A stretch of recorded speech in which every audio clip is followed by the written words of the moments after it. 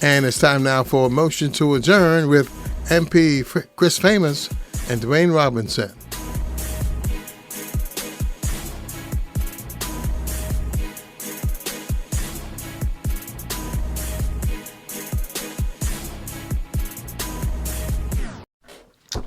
And good afternoon to the Thursday, July. What's today's date, Don? Today is the 22nd. July 22nd edition of Countdown. Motion to Adjourn. Been over what now? Over a year, as we seen her a couple of weeks ago. Over a year now. Done pretty steady, you know. We've been at the Wicked. I think we've probably missed one or two shows at the most. And we want to thank, first of all, our faithful listeners. There's that listen, there's that WhatsApp us, there's that call in. And today I'm riding solo. No, I'm not solo. I'm got Brother Doom with him. What am I saying? I'm going to charge you guys. You know? Yeah, so Dwayne is... What's Dwayne? He, as you know, he is a manager at Marketplace. So with the oncoming rush for cup match, he is making sure all the stuff, all you people's rice is all in place for when you make your rice for your Spanish rice and your what else you make for picnic type of day? Yeah, mac and cheese, potato salad, barbecue chicken, ribs. Yeah, all that stuff. All your veg, all your beets and your watermelon. Your watermelon and your corn. Cause you know, with our people, if we ain't got that stuff, all of that's getting me up on Facebook. Oh, Marketplace ain't even got this. Marketplace ain't even got that. So today's show is a very special show. Today, Brother Dawn, we're going to be talking about the origins of cup match, because many people, my generation or even slightly older, slightly younger, believe cup match is simply about St. George's beating Somerset or Somerset finally winning for the last 10 years. And that's the game. That's part of the statistics. But the origins of cup match is so much deeper than that. And it has a lot of historical context that's tied into emancipation, tied into the I wouldn't say the struggle, but the advancement of us as black people and over the years. And it's very important for us to know the origins, because if you don't know the origins, we're just going to get caught up in the consumerism of cup match, and that's not what it was meant to be. So today, I wasn't around, so obviously I have to get someone who knows the history. So today, we are honored to have a very special guest, a Bermudian author, poet, I don't know if it's poet or poetress, historian, proud Pundo, Mrs. Joy Wilson Tucker. Sorry. I heard laughing in the background when you said that. This way you prompted. Any porn dogs will laugh at that. Good afternoon, Mrs. Joy Wilson Tucker. How are you today? And good afternoon to you, brothers. I'm doing really well and been waiting anxiously for the time to come so I can relay some of my information. So I just want to personally take this moment to thank Mrs. Joy Wilson Tucker, because she's always put information out to educate us about our history. And she's someone who's taken me under her wing via WhatsApp safely, and always encouraging me when I put something out and it's not quite correct. She'll say, Christopher, I don't want to upset you, but this is the true version here. And I say, thank you, Elder. Much appreciated. And she, so I just want to thank her personally for what she does for me and what she has done for the people of Bermuda. And with that, we are now going into history. Okay. And you're more than welcome for my assisting you. This is something that I thoroughly enjoy, making sure that I help those that are younger than myself, because I was privileged to have my elders helping me. Mm-hmm. So that is one thing that I've learned, that once you get, you give, and give from your heart. Okay. Okay. So first thing I'm going to do is just very briefly an idea maybe of the lodges, because very often I hear people connecting the lodges, and they say the lodges and the friendly societies, or the lodges and Freemasons. Well, the lodges are the friendly societies. So when you're using that phrase, you're actually relating to the same thing. We had the Independent Order. We had the Grand United Order. Mm-hmm. So those are what makes up. And then we had the Good Samaritans. They make up your friendly societies, and we refer to them as orders. So it's Independent Order. Mm-hmm. Uh-huh.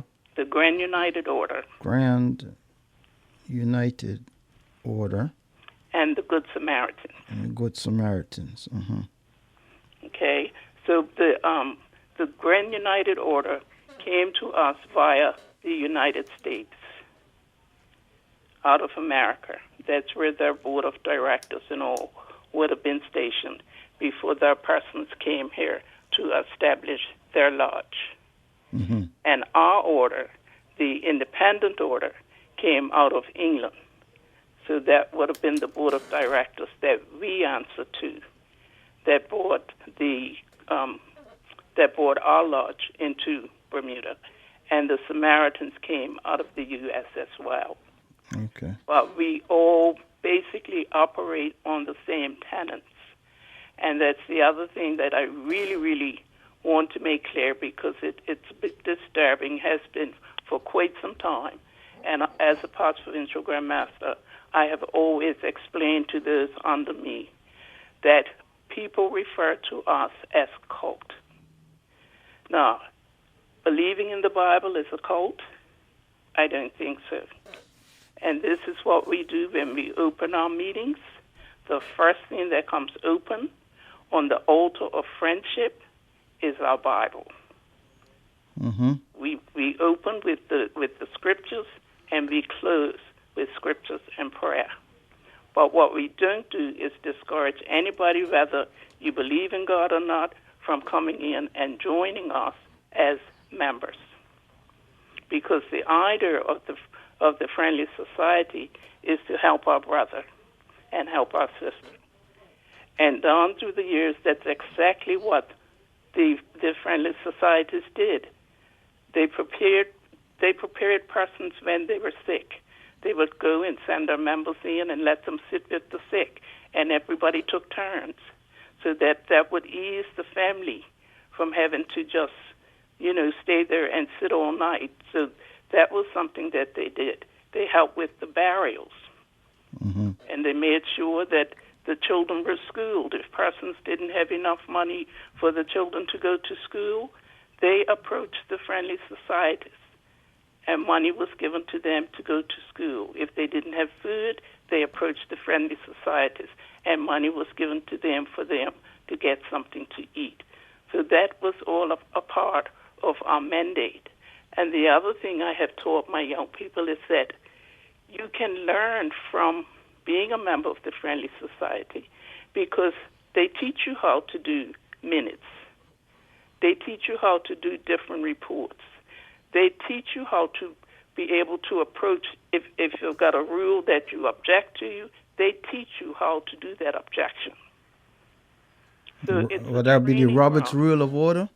We follow the Robert's Rule of Order. It's a training ground. I have often told them, I said, you start from primary, because we used to have the juvenile lodge, as they refer to it, and then you had the subordinate lodge, and then you moved up to the higher. So you go just like you're going through school until you go out as a pastoral Grand Master. And by that time, you should be learned everything, and you should be able to hold your own up against anybody. This is the things that I've learned. I've been a member of the order now for about 46 years. Mm-hmm.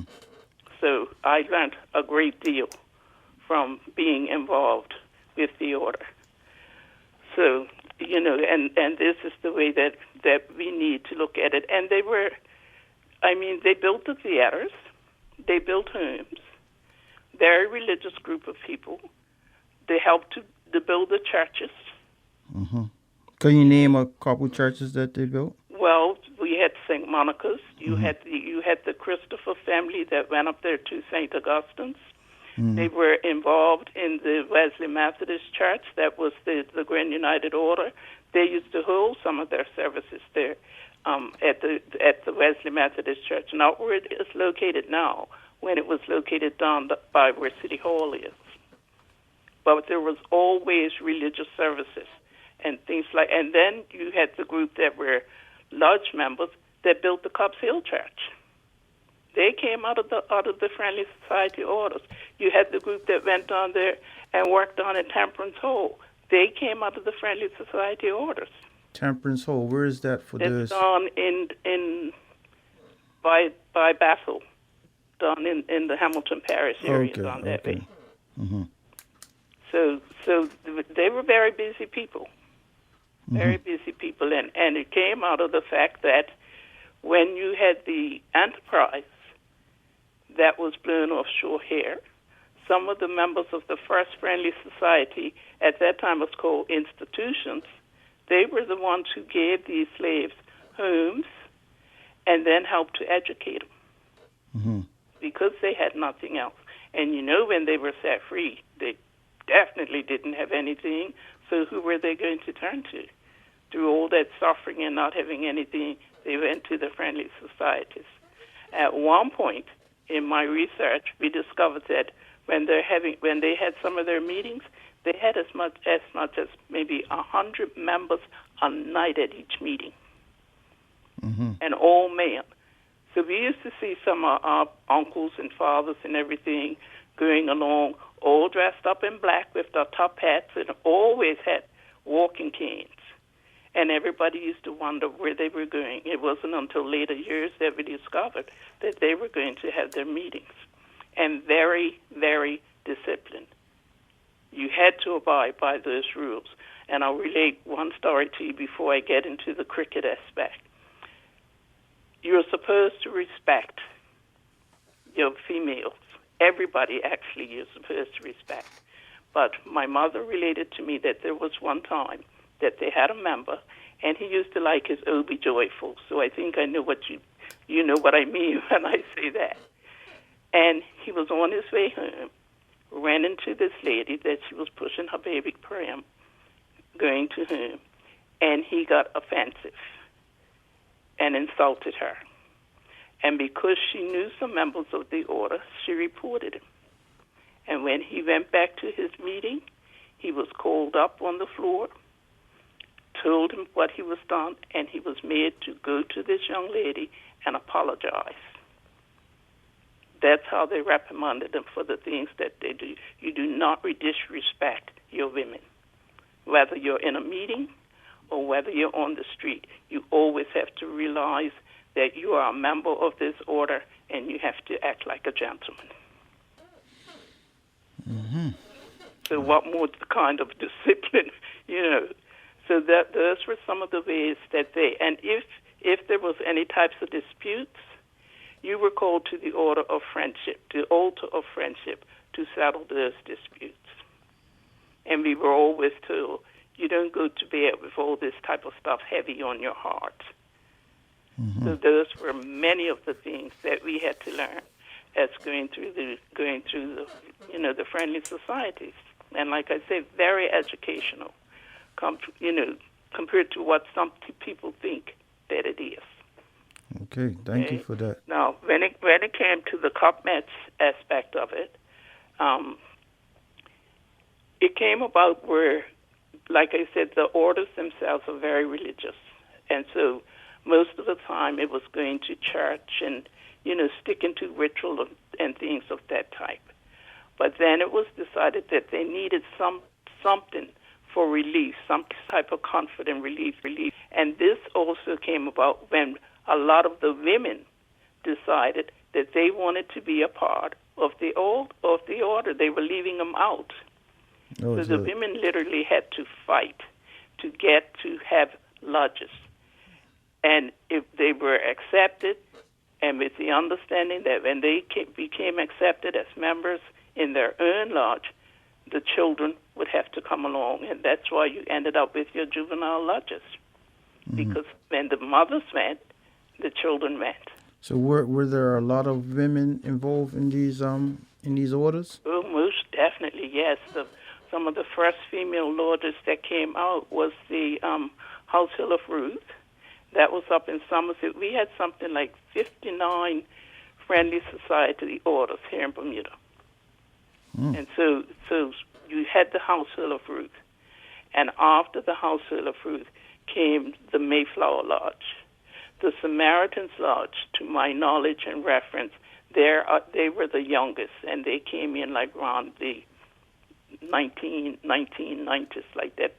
They came in very late, but they were basically almost a combined male and female lodge together.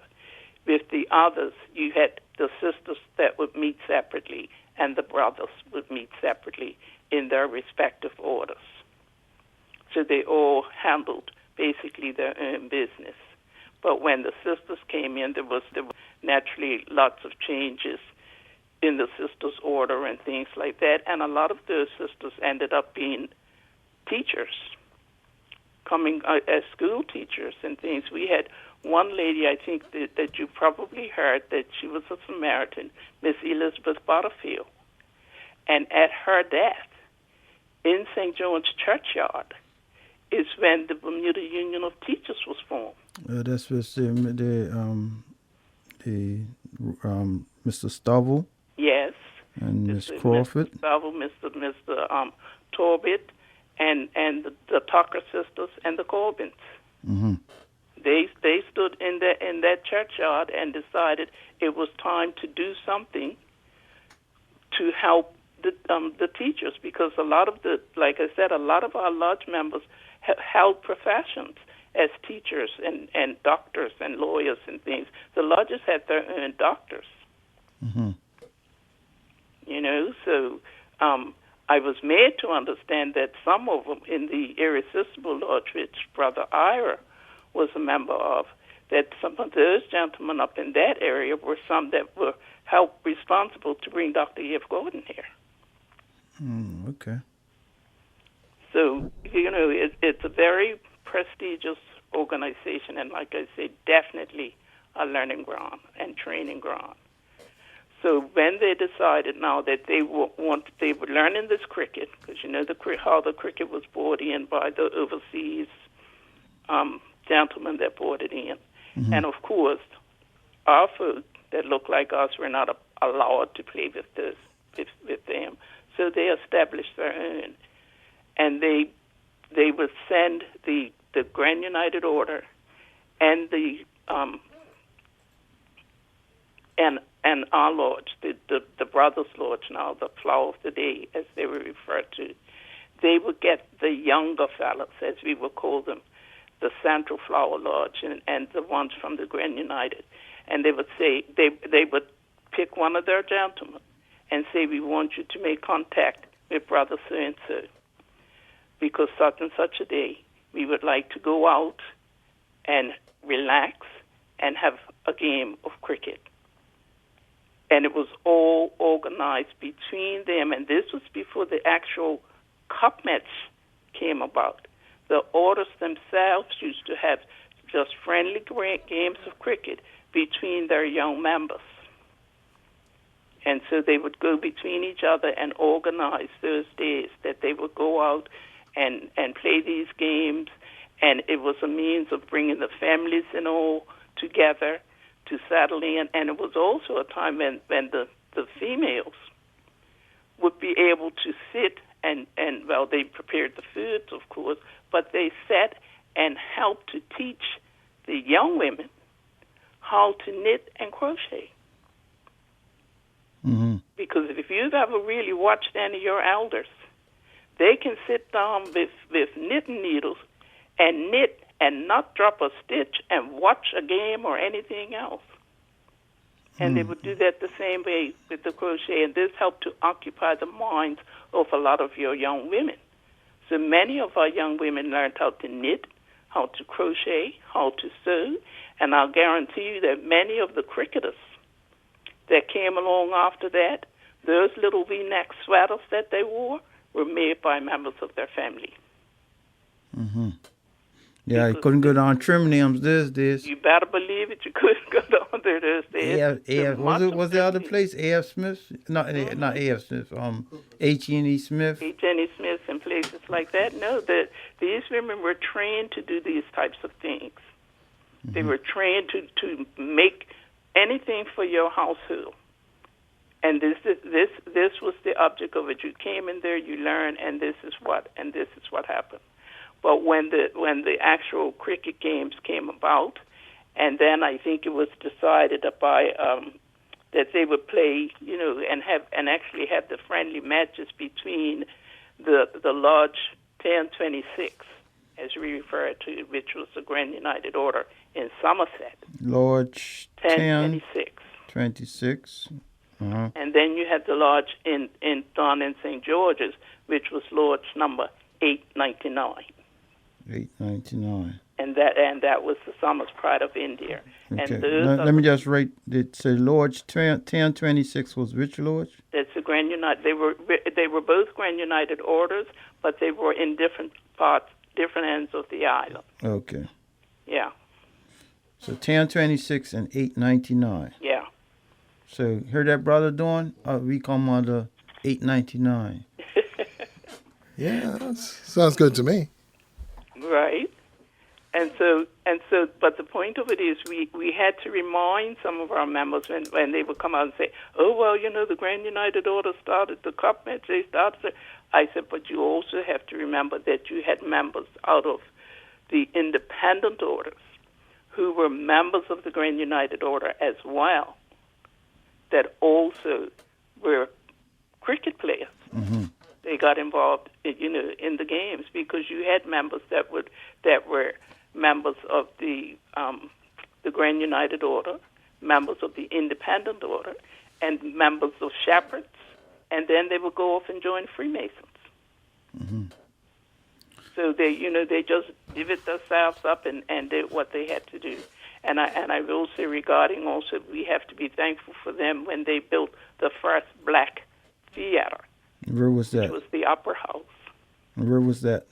Around there on Victoria Street in Union Square area, right where our Lord is now, where the Independent Order sits, across from People's Pharmacy. Mm-hmm. Manchester Unity Hall. Yes.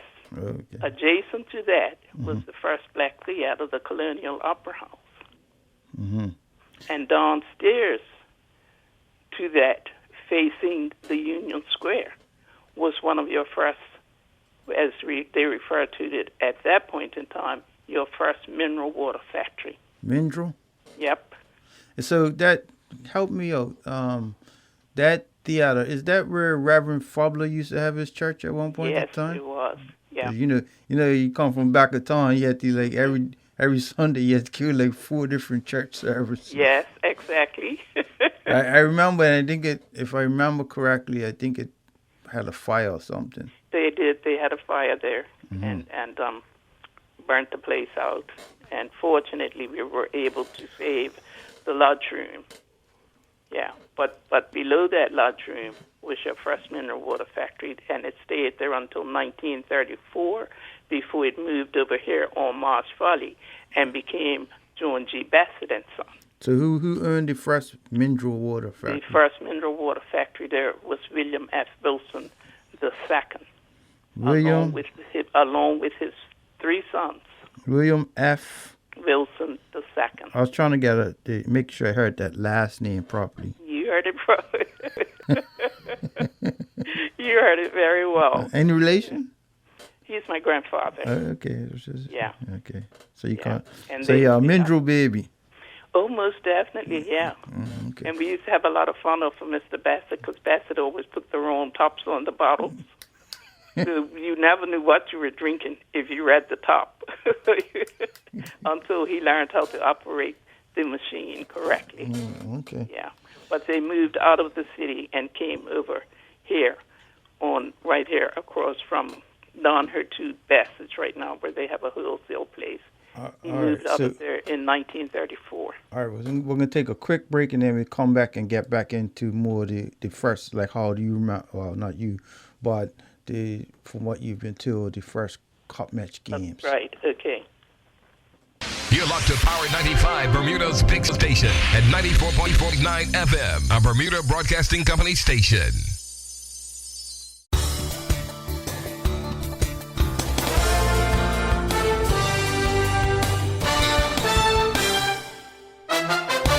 Good evening, everyone. I'm Gray Miners with Bermuda Broadcasting News with a look at your top stories to the hour, brought to you by Butterfield.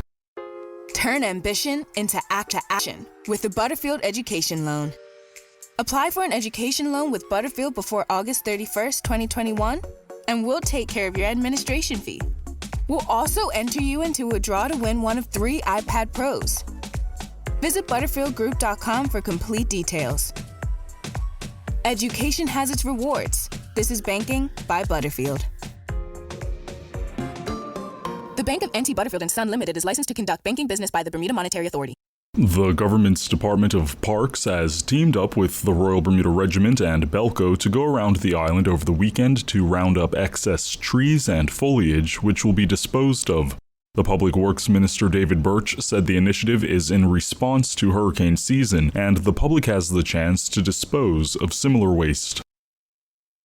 The Bermuda Police Service will be conducting road sobriety checkpoints in 7 parishes starting tomorrow through Sunday, August 1st. This will include the Cup Match holiday weekend. Officers from the Community Policing Division, Roads Policing Unit, and the Bermuda Reserve Police will operate the checkpoints, which are in addition to General BPS patrol officers enforcing Operation Vega.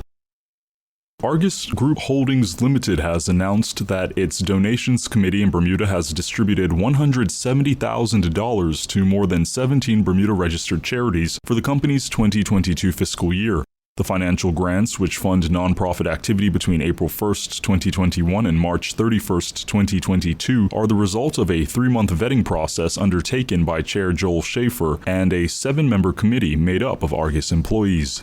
Each successful organization has received between $5,000 and $25,000 for programs that fall into the 4 categories that represent the committee's focus: seniors, youth and sport, education, and health and wellness.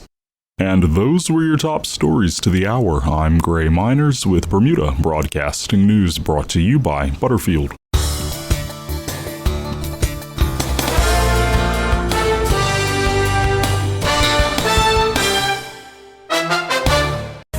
Now back to Motion to Adjourn with MP Chris Famous and Dwayne Robinson. Yes, and we're back, and we're speaking to Bermudian historian Mrs. Joy Wilson Tucker, the granddaughter of Mr. William F. Wilson, who had Bermuda's first mineral water factory. Yeah. The second. You can't leave out the second. Oh, sorry, the second. Yeah, you can't leave out the second. It was 5 William Francis Wilsons. Oh, okay. Yep, you have to. You know how we carry our names along. So was the Francis one of those names that was indicative of one of their foreparents? Yeah, it came through the slave names when they came down here. Was brought in to Bermuda, and the grandfather was named William Francis, and so from that name came down William Francis, basically all the way through. My father ended up with the name William Francis, and then I had a brother and a nephew with the same name. Okay. So they tended, through slavery in my research, they tended to sort of try to give the children at least one of the names in my research, so that ancestry could carry on, and you wouldn't have an issue of knowing who your descendants were. Yeah, that's why you find a lot of people, older people would have, their middle name would be almost like a surname sort of song. Like, it'd be like Don Bassett. Yeah, it's like, wow, what kind of middle name is that? Like, oh, that's just to tell you I'm coming out of the Bassett family. Like, yeah, they would sometimes carry the both grandfathers' titles. Oh, I just thought of something. It was Bassett's mineral water. No relation. Yeah. Oh, now you're saying no relation because he was putting on the wrong tops. Oh no, he was related. That was the fun of it all. My great ancestor was a Bassett. Oh, okay. What I'm searching now is to try and find out if Sally Bassett was one of them. No, I was saying Don here, my co-pilot here today. His last name is Bassett, so I was teasing him. I was saying, no, he was related to the guy who was putting on the wrong tops on the mineral, and he was like, no relation. Yeah, my heritage is the Lightborns. So is the Lightborn mine. family. Okay. Yeah, I come from the Wilson, Dill, Bassett, Smith connection. Okay. Related to the Jameses, Rayners, or? No, you can leave the Rayners out. That would be some of my niece's people. Okay. That she married into the Rayners. All right. Lightborns up in Warwick? Yes. Okay, there you go. Small world. Small world. So, Mrs. Wilson Tucker, from your research, how when we had the Lodge 1026, which was those people up the country, and Lodge 899. Yeah. 899. 899. Which was down the country. Yeah. How did it become that the first games were played and then it got, I almost say, consumed by the clubs themselves? Okay. Who built those clubs? Let's ask that question. No, I didn't research into that even. I mean, I should have remembered, but the Cultural Affairs did that some time back. And most of I know the Somerset Club was built by, I think it was Pearman and some other gentleman. I don't want to take that guess and misquote. Okay. But I know that some of their elder members were responsible for building their clubs. All right. So to your knowledge, did the clubs come out of the lodges, or were they just separate entities altogether? Well, I would have to say that a lot, like as I said before, many of them, if I mentioned the name of Pearman, which was Ira Phillips' ancestors, and you would have had in the Loyal Irresistible Lodge in Somerset, those gentlemen were some of the first lodge members. They were the founders of those particular lodges. So this is why I'm saying that your clubs will more than likely have been built by lodge members or persons that were associated with the lodges. Okay. Okay, I just want that clarity because a lot of times we have these entities that we inherit, I guess, for lack of a better word, and we don't. Some of the executives don't know what was the origin of or who built what, who donated what, who gave a piece of land, so on and so forth, and we don't know these things. Is there any later in my life where I found out where Berkeley started? Right, it was a Samaritan Lodge at the Samaritan's Lodge on Good Street. So the point I'm driving at is that from what I'm understanding, and you can help to give clarity, is that post-emancipation, if you want to use that word loosely, a lot of the whether they be churches, schools, clubs, anything really for black society, these were built out of men and women working together through the friendly societies and lodges to establish these things. Exactly. Because, for lack of a better term, when slavery ended, it wasn't like those people just said, "Hey, here's a school. We owe you something. We owe you for the last 400 years. Here's a nice school. No. Oh, here's a church." Yeah. No, you would find out that like I said, most of them developed their trades as masons and carpenters and electricians and plumbers, and they pooled those resources in order to build the necessary places, the schools and things like that, in order for our food to have somewhere to go to attend. I just got a message from someone, and they said they believe, quote, Somerset Cricket Club was the homestead of the Simmons family, that's with 2 M's, right, Who had the Simmons Ice Cream Factory. Right, Warren Simmons. Right. So I don't know much about Somerset history, so I'll be the wrong guy to. Right. So I thank this caller, this listener, right. for who's listening in and giving their input towards this. Right. Appreciate it. Yeah, and like I said, as a member of the Cultural Affairs, the Emancipation Committee, at one point in time, we did do the Somerset area and the founding members of the Somerset Cricket Club, but I certainly didn't have that among my notes at this present time. And there was lots of land that was basically donated, to members of the order, or they would have to find a way to go out and work and purchase that land in order to do what they needed to do, in order for our people to have somewhere to go to school, to church, or attend theaters or clubs or whatever the case might be. Yeah. So, to your knowledge, the game itself, not necessarily who won, who lost, or whatever, but the game itself, the first set of games, how, what was the social atmosphere of that? Not necessarily who played for who. Not the, I'm trying to figure out the involvement of the community in the actual game itself.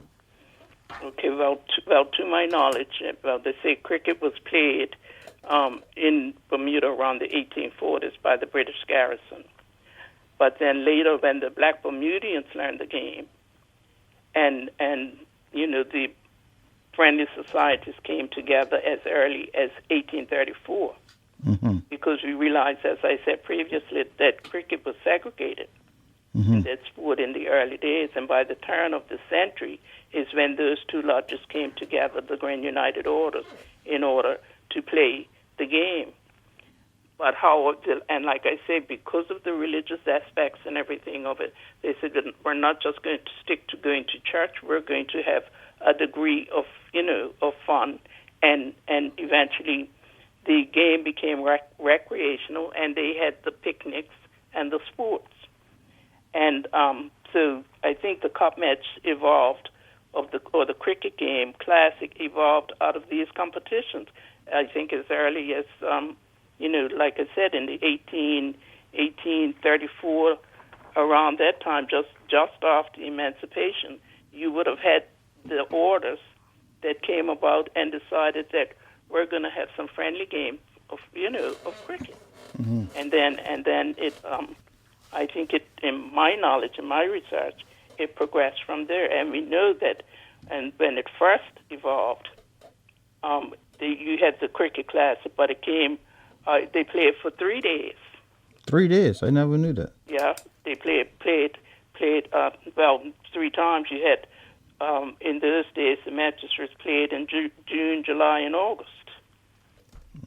June, July, and August. Yeah.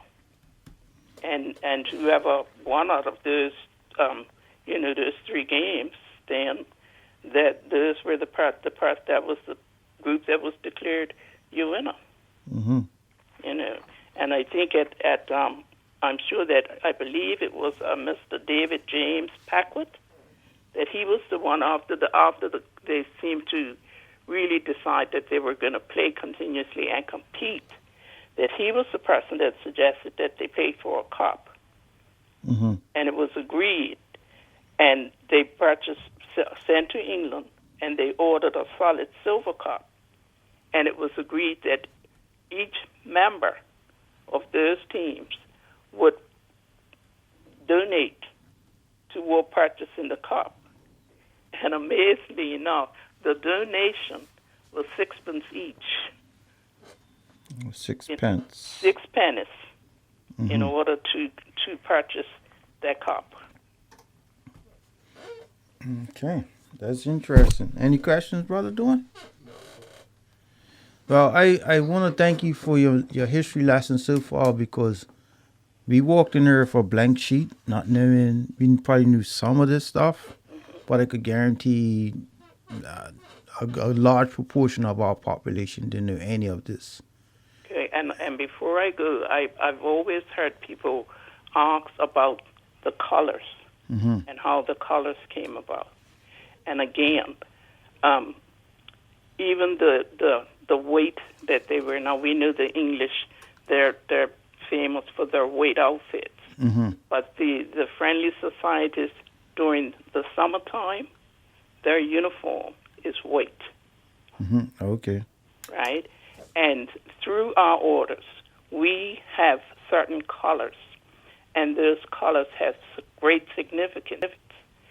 And our colors are red, royal blue, a navy blue, and a winter blue. Now, the winter blue was almost close to white, and they were significant of friendship, truth, hope, and charity. Okay, let me make sure I'm writing this down. The red signified what? Friendship. Friendship. The blue is truth. Blue, which? The royal blue. Is that Somerset blue or St. George's blue? That's the Somerset blue. Okay, say Somerset blue was what? Truth. Truth. Truth. Truth. Okay. The navy blue was hope. That was what, St. George's blue? Yes. Was hope. And then you had like a winter blue, like a pale, almost a sky blue. Sky blue. And that was charity. Charity. So let me get this straight because I never knew this. So the red was friendly, friendship. The blue, what type of blue was that? Up Somerset? Royal blue. Royal. Royal blue was truth. Yeah. The navy blue is hope, and the sky blue is charity. So, just for clarity, the royal blue and navy blue are two different shades of blue? Yes. Because we often get it confused that the only difference between Somerset and St. George's when it comes to the colors is one has red and blue and one has blue and blue. Well, blue and bluer, I guess you would say. Yeah. So we didn't know, I didn't know there what is these... a significance, and there's a meaning behind everything when it comes to what the friendly societies do. There is a lesson and a meaning behind it all. And because the cricket was established through the friendly societies, around 2004, we reorganized the Bermuda Friendly Societies team, and we decided that we would donate a cup for the player that the Sportsmanship Award, and that came about in 2004. Okay. So to date, we have, I think we missed 2020. Well, we all missed 2020. when we had to go to do whatever we had to do. Yeah. But we hold this function after cup match is over, and we get the third adjudicator to pick the person that he feels was a gentleman, showed friendship, sportsmanship, and everything on the field when he was playing during those 2 days. Hello, we have a call on. Could you hear Miss Wilson talk? We have a call on the line. Caller, how are you? Bobby Simon calling.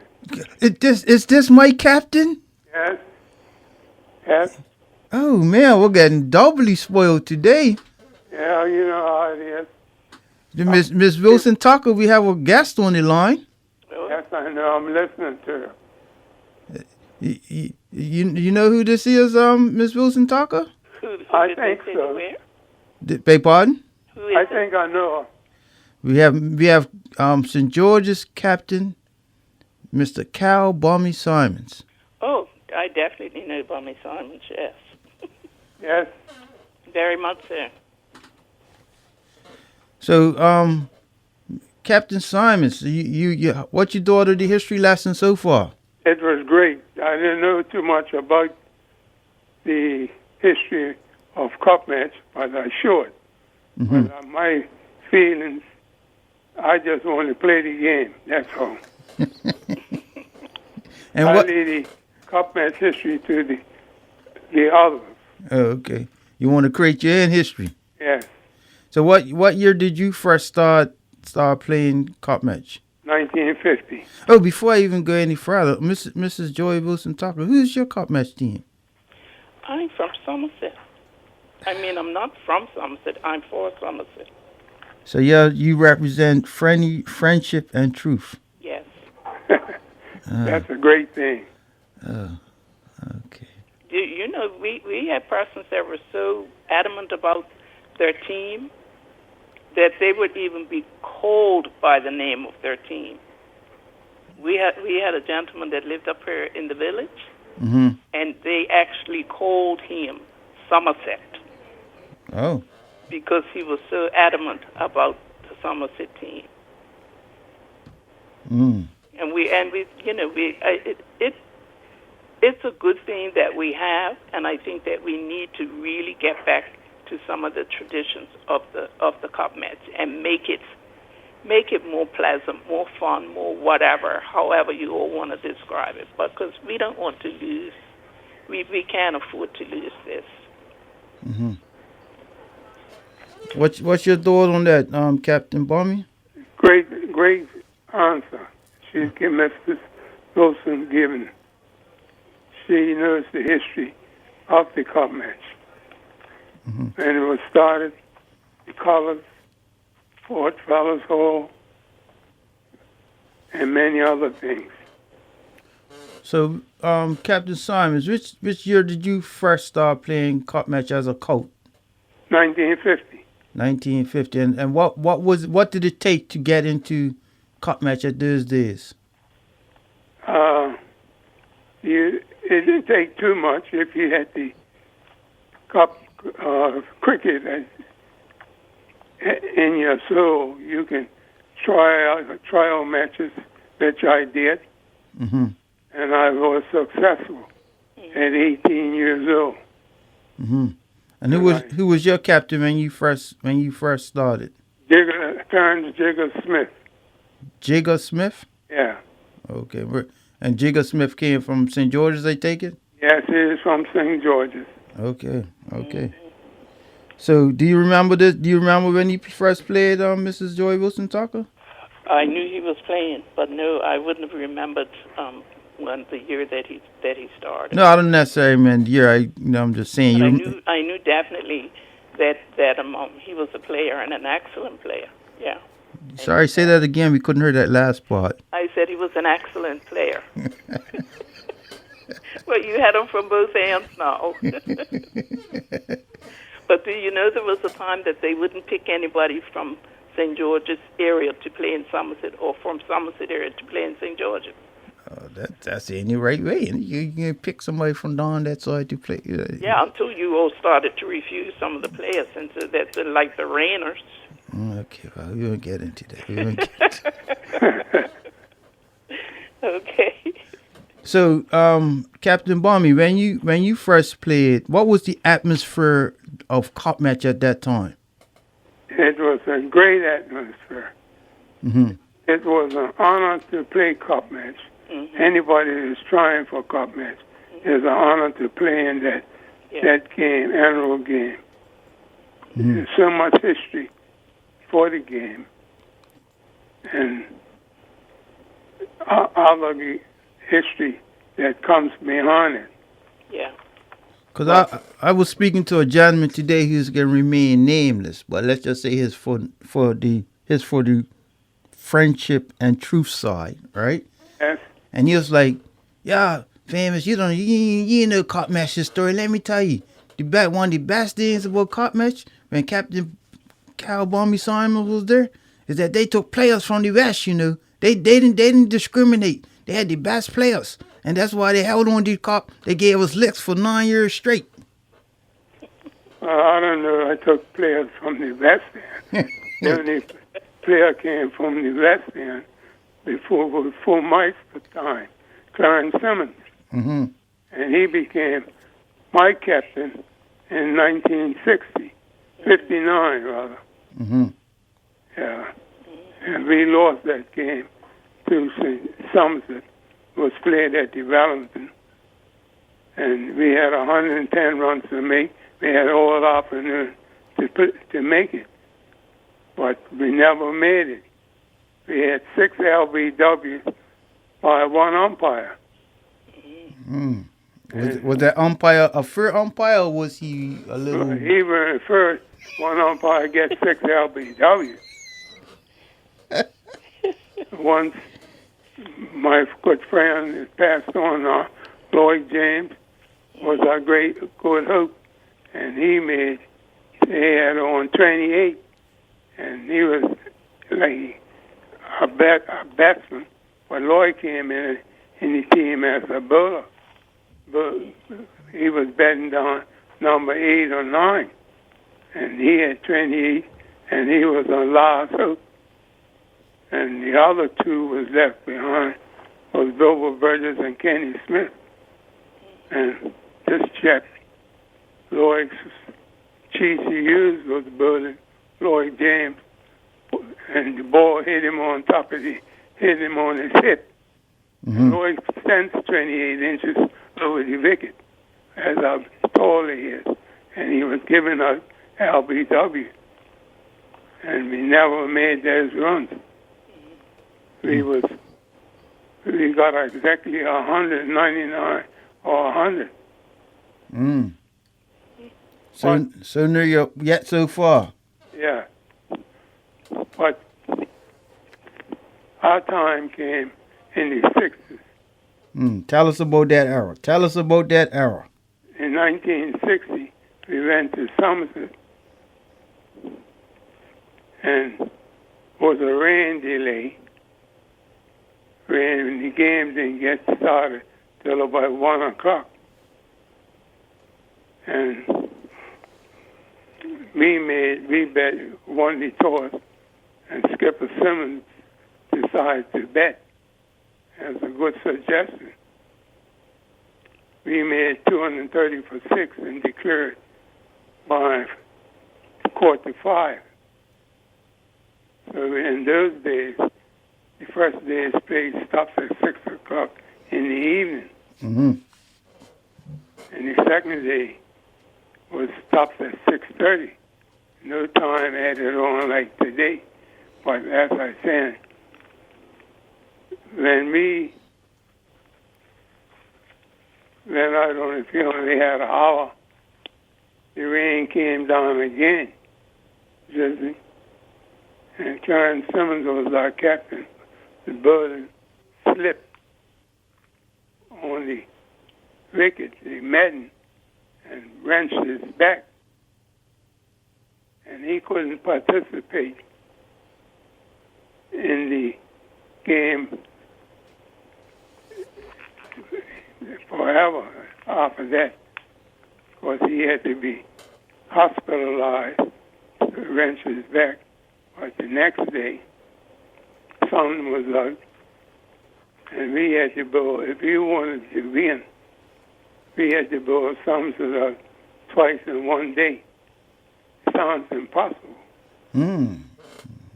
But I was his vice captain. And Dennis Wainwright and Lloyd James, we all got together and we decided to change, open up with Jackie Dunham and Kenny Paul. Jackie Dunham got 7 wickets and Kenny Paul got 3. Somerset was out for 91 or 92 before lunch. Say that again. I couldn't quite hear that. My hearing's off. Somerset was bowled out in the first inning for 91. All out for 91. Before lunch, 45 minutes before lunch. Before tea time. Lunchtime. Oh, sorry. I was getting overly excited. No, we didn't have tea time in those days. So we sent them back in. And if we'd have got 2 wickets before lunch, we was quite pleased, and we did get 3 out before lunch. Somerset lunch came, and The only thing I was wondering about Charlie Dolphin and Sheridan Ram getting together and stay the game. Or we broke that partnership up. Kenny Paul.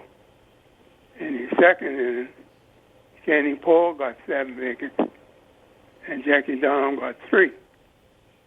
Vice versa. And what else? And Kenny Paul, he bowled the first day.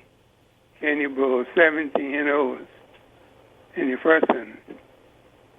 And the second day, he bowled 25 non-stop. So he bowled 42 overs in 2 days. 42 overs in 2 days. Yeah. See, Kenny was in the team as a bowler, and that's all he could do. If he had a bet, I didn't want him to make no runs. I just want him to bowl. And we won the match. Yeah, we won the match. And this was up in Somerset? Up in Somerset. What was the look on the Somerset people's faces that day? I couldn't tell you, because I guess the Georgia fans was quite happy. Well, Mrs. Wilson Tucker, do you remember that game? Of course not. The greatest, one of Bermuda's greatest historian didn't remember that game. I wouldn't remember that game. Okay, it's a I man. just knew that they had excellent So bowlers. that's when our era started in the 60s. We lost the cup 1959. We gained it back 1960. Never in the 60s was 9 wins and 1 draw. Mm-hmm. And we lost the cup 79. That was when that gentleman who went into politics played. Gentlemen went into politics. Oh, sorry, that doesn't narrow it down too much. Sorry, No. Mr. Randy Horton. Randy won the cup back for him, yeah. In 79. 79, yeah. And they allegedly put him on this white horse. Right. Okay. Yep. The Bully Bear. That's what they called him. Yeah, Okay. those were the days. So from 1960 to 1979, they never had the cup. That's right. Mm-hmm. That's almost 20 years. Yeah. Yeah, that's what do you say, brother? Doing 19 years not having the cup? Yeah, I'll be very disappointed and disappointed in myself as a player and the team.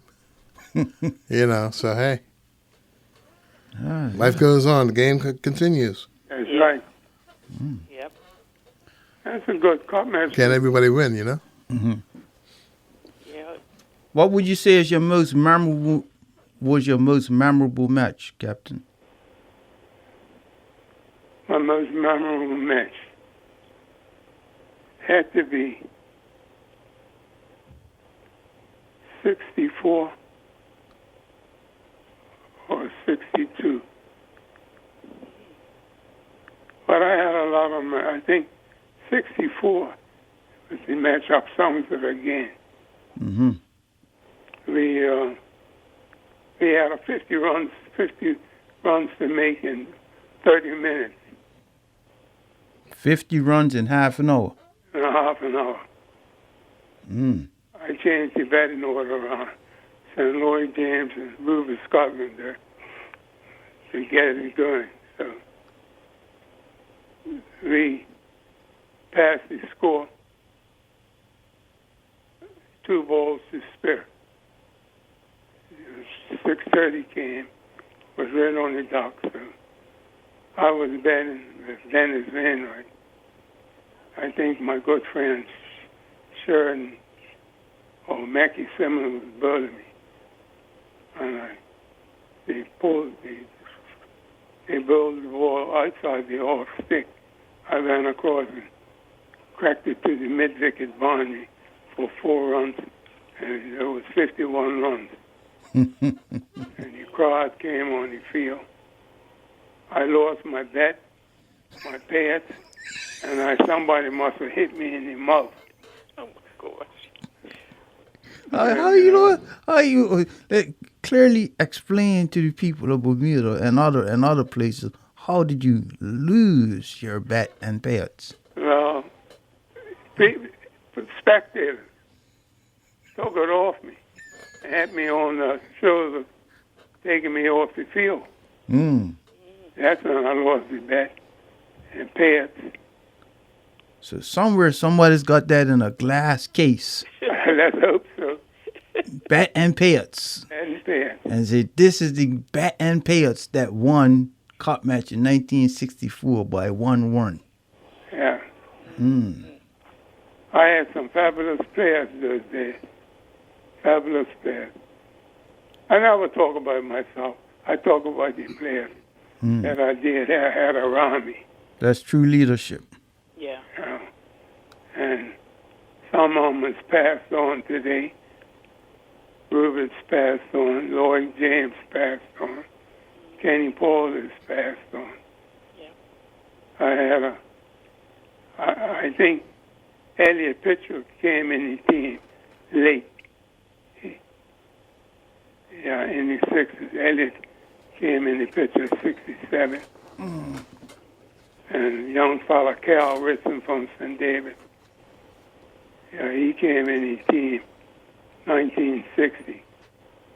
And he lost his life in an accident.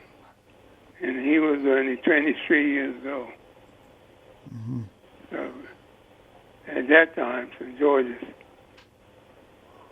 had established players from Baylor's Bay, St. David's, because... Let me ask you one question, Captain. I just need to clear something up because I'm a little I got a little confused. I go down St. David's, right? Yes. I'm wearing blue and blue, and people are looking at me all cross-eyed, right? Yes. They're saying, "Hey, don't come down here if they on colors, you know." I'm like, "What do you mean?" They're like, "Hey, we ain't for no St. George's, you know." I'm like, "What you mean you ain't? This is the parish of St. George's. This is St. David's Island, but you're in the parish of St. George." They say, "Hey, let me sort this out here, bruh. We ain't for St. George's." So I said, "Explain why you ain't," because they put A-I-N-K, why you ain't for St. George's. And then they go back and say, "Yeah, when we went to try out for cup match, they didn't want us. So we caught a trail and went up west. So what all for Somerset?" I never knew any St. David's players played for something. I'm just telling you what they said. But, you got a few down there for Somerset and a few with St. George's. Not all of them is Somerset. I think it's a generational thing. I think anyone who's generally 40-ish and below the for St. George's, the ones who are 50-ish and above, not all, some, are for Somerset. And they're strong with it down there. Like, I go down there, my tenant, she's got, you go on the back of her car, she's got a yellow ribbon, a blue ribbon, and she said, that's what that's for St. David's and County game. Right. And then she got a red ribbon. She, what that's for, right? That's for Somerset, because there's no way I'm for St. George's. Right. Oh, you have a few. You win some and lose some. That's all I think. Win some and lose some. Just like the game. You can't win them all. But you also have to realize that in the earlier days, your parents picked the team that you were going to serve on, If your mama was for St. George's, 2 or 3 of the children went to St. George. And if your dad was Somerset, the others went to Somerset. But let me ask you this, Elder. How does a St. George's man marry a Somerset woman? How does that work? Like, I don't understand how that could work. Ain't got nothing to do with cricket. I think that sort of has to be a prerequisite. Like, you first ask, who's your people? You ask, what your intentions with my daughter. Then you say, who's your cup match team? If it's the wrong answer, you just say, well, look, this can't work, bro. This can't work. I give you some. See, my father's from Somerset. Mm-hmm. All my people is from Somerset. I did want to play with Somerset, but unfortunately, it didn't work out. Well, with a name like Simons, it's pretty hard not to have Somerset roots. Exactly. Yeah. My name, yeah, my father, his mother. I didn't know his father, but vaguely I knew his mother, my grandmother. I was young, growing up there. But when I got old enough, she passed on. But most of my family is up there. Okay. Got a lot of cousins in Somerset. Okay. So we have to wrap this up, or should say this part one we have to wrap up. And I want to, from the bottom of I just want to read out some of the WhatsApps that I've gotten. Right? I've gotten one. Gentleman says, Chris, can you please highlight this latest name and tell her thank you? I've gotten another one from another person who says, friendship and truth, I'm listening. Another lady that says, I'm so happy. We've been searching for the color history for years. The royal blue fight. Done. And then another person says, rub it in. Yes, the white horse. I was 19 for the first win. So basically all her adult life she never saw Somerset win. She better get used to that one. And then another gentleman says, take it easy, famous. Try be neutral and respectful. There's 19 years for many draws. Right? Yep. So I say all that to say that although we're not, we don't have calls coming in, people are sending messages, right? That's good. Yeah. So I want to thank you, the both of you, from the bottom of my heart, for on behalf of the people of Bermuda, for sharing not just a couple jokes here and there, but this history, because we didn't know, most of us, we weren't taught this in school. Let's start there. We were not taught this in school. You're right. And we and even in most families, this isn't a conversation that is commonplace, right? Right. Like up until today, I didn't know there was two different types of dark blue. Yeah. Right? I just thought it was the same blue. That okay, this is one common blue. And these are the intricate things that are part of our history that has to be recorded, that has to be told. Yeah. Right. So what I would like to do is somewhere after the cop comes back east, we have a follow-up call and share some more history, because there's so much that has to be told that every time you look, someone's unfortunately no longer with us, and with them goes all this historic history. Sorry, that's a double word. This verbal history, this oral history goes with our people. Yeah. Something You've famous got a captain that right there, you and just said. hopefully Somebody somebody must have sent you recording some what he WhatsApp you asked. said. That was in that 19-year span was more draws than wins. Yeah. That's wrong. Yeah, That's more wins correct. than draws. Okay, In the 60s was only one draw, and the rest was wins for St. George's. yeah. Well, this person's my age, so they don't know the difference, right? This person is a diehard Somerset fan, and he sent this message to you, Captain. He says, your captain deep down is a Somerset fan. Even at this age, he pined for Somerset. And he says, read my last one. So I'm just saying, that these are messages coming in from across Bermuda. Right. Thanking you, both of you, for sharing your time with us today. Right. And we must continue this. What say you, Brother Dawn? I do agree. Part 2 coming up. All right. But I do want to quickly say, I was telling you, Brother Chris, about our Thank sportsmanship you. award. Yes, thank you, That Captain. we have a cup Okay, I can hang up now. that's donated. You can hang up and listen in. Right. Okay. We have a cup that is donated by Dr. Hewitt Brown Mm-hmm. in memory of his grandfather, Clarence Darrell, who was associated with the Friendly Societies. Mm-hmm. And so So each recipient, when they win, they take that cup, but they also take a shield which their club holds on for that particular year, and they have a small cup for themselves, along with some other donations. And we recognize such persons as Clay Smith, Sammy Robertson, Gennaro Tucker, O.J. Pitcher, Delamy Bow, Glenn Smith Blakeney, Rodney Trott, Carl Hutzel, Jordan De Silva, Stephen Bremer. So those are some of the persons who have received this recognition from the Friendly Society for sportsmanship. Yeah. Okay. Well, Elder, I want to thank you again, and we shall continue this and speak about other things in which the Friendly Societies have helped to establish for the people of this country. I will be more than glad to. I want to be able to come back and give you some history of the Bermudian Heritage Museum. Also, that where we are situated was a Friendly Society order. Okay. Well, thank you.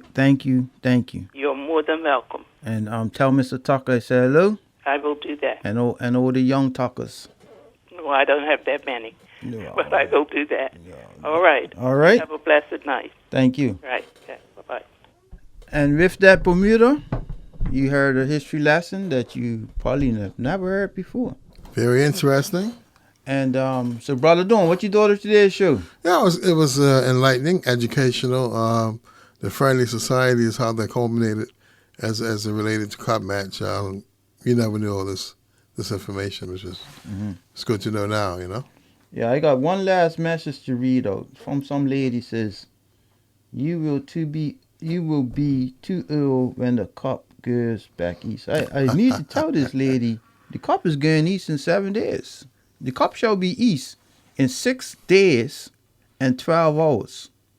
There you go. Not that I'm counting, but the cup shall be east in 6 days and 12 hours.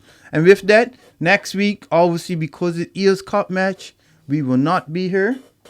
And we will see you all in not see you all, but we'll be talking to you all in another 2 weeks' time. We have a nice slate coming up. We have, in August sometime, we have MP Susan Jackson, who's going to be speaking about, continuing our series about women in leadership and politics. And we have, we might have someone talking about Freedom Square in City Hall, talking about the theater boycott, so on and so, the progressive group. So, as I said, we're mixing it up, but it's all about educating ourselves and each other. And with that, Brother Dawn, who's getting held the cup next week? St. George. Okay. And not a teacup. And not a teacup. And to all these people sending all this propaganda on my phone, trust me, as of today, I shall be putting you on block. Oh, no. You have clearly shown who you are for, and I shall be blocking all of you for another week. They get you on Facebook. I'll be blocking them there, too. All right.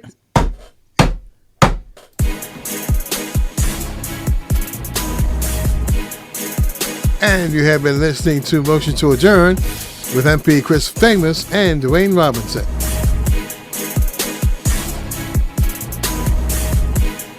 Cup Match fans have been eagerly waiting for a victory from cup holders Somerset Cricket Club or challengers St. George's Cricket Club. Will Somerset come away victorious as they travel to the Wellington Oval, or challenger St. George's end their 8-year winless streak on their home ground?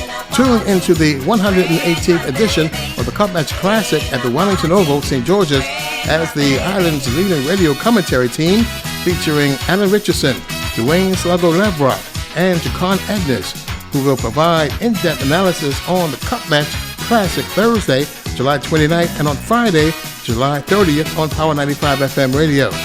Cup Match 2021 is presented by title sponsor HSBC, supporting sponsors Lindo's Group of Companies, the Phoenix Stores, BAC Universal Electric, Digicel,